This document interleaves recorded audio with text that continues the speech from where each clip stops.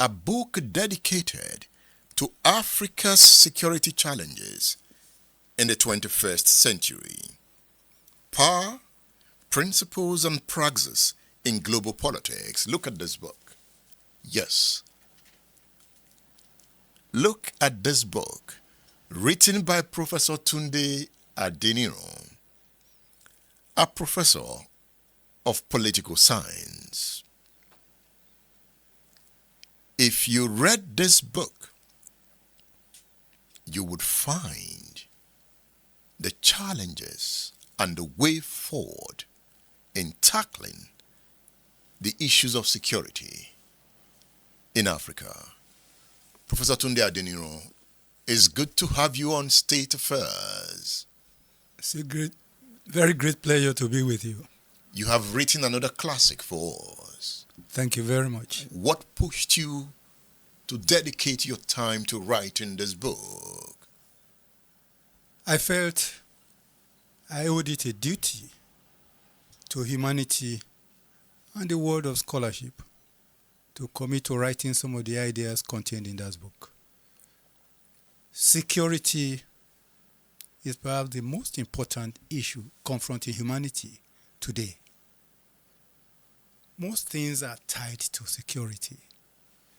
And when we get security right, we will get other things right. I usually, and I still believe very strongly, that we talk about education as the key to development, education as the key to better life and so forth. But without security, you cannot even have education. So security, when taken from the micro level to the macro level, we discover that it defines human existence altogether. And in the case of the African continent, we see that everything revolves around security. We have not been able to develop to the level that we ought to because of insecurity. And where we have been able to make some progress, some little progress here and there, is because we have security in those areas. And security generally, you've mentioned the Sahel. Sahel is a message, is a signal, is something that tells us what will likely happen to Africa. In other words, that we might be consumed if care is not taken, because the Sahel has been plunged into insecurity, and the Sahel is plunging the areas of Africa into insecurity, greater insecurity than ever before, that could be imagined by visionaries. When we look at this, we begin to ask ourselves, what brought us to this level? It's simple. Policies of our government, policies of our leaders. People talk about leadership deficit here and there and so forth. The inability to be able to identify security and give it priority in policies. In this book, yes, you made reference to Africa's colonial past. That's also a problem, is it not? It is part of the problem, but not the whole. That's not the whole story. It is part of it. And the question we should be asking ourselves is, for how long should we continue to blame colonialism? Colonialism was a factor. It remains part of what is haunting us, quite all right. But then we need to factor that into the policies that we put in place. In other words, to appreciate the fact that, well, we were once colonized and the impact are still with us.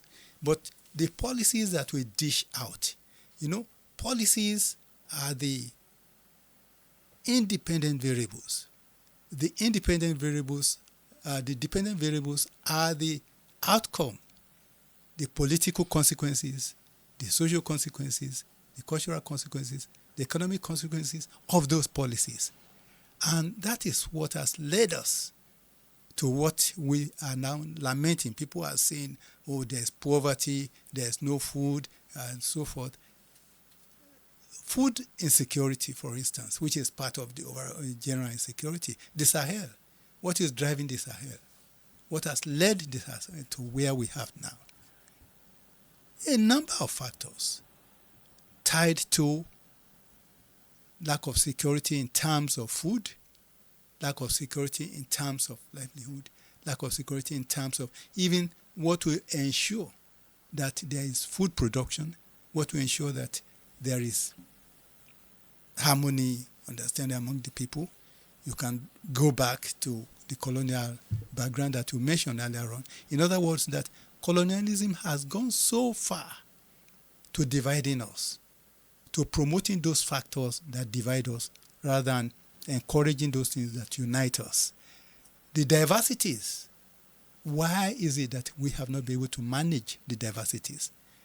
The diversities that really ought to be part of the sources of our strength. In other words, to be able to complement one another in different areas. The diversities are sources of strength, and they should be able to enable us to tap, to complement one another in different areas. But we have allowed the colonial factor not only to divide, but to permanently continue to promote that division. We have in the Sahel, for example, the different ethnic groups, nationalities, state nations, even before nation states were about to be created out of those by the nationalists.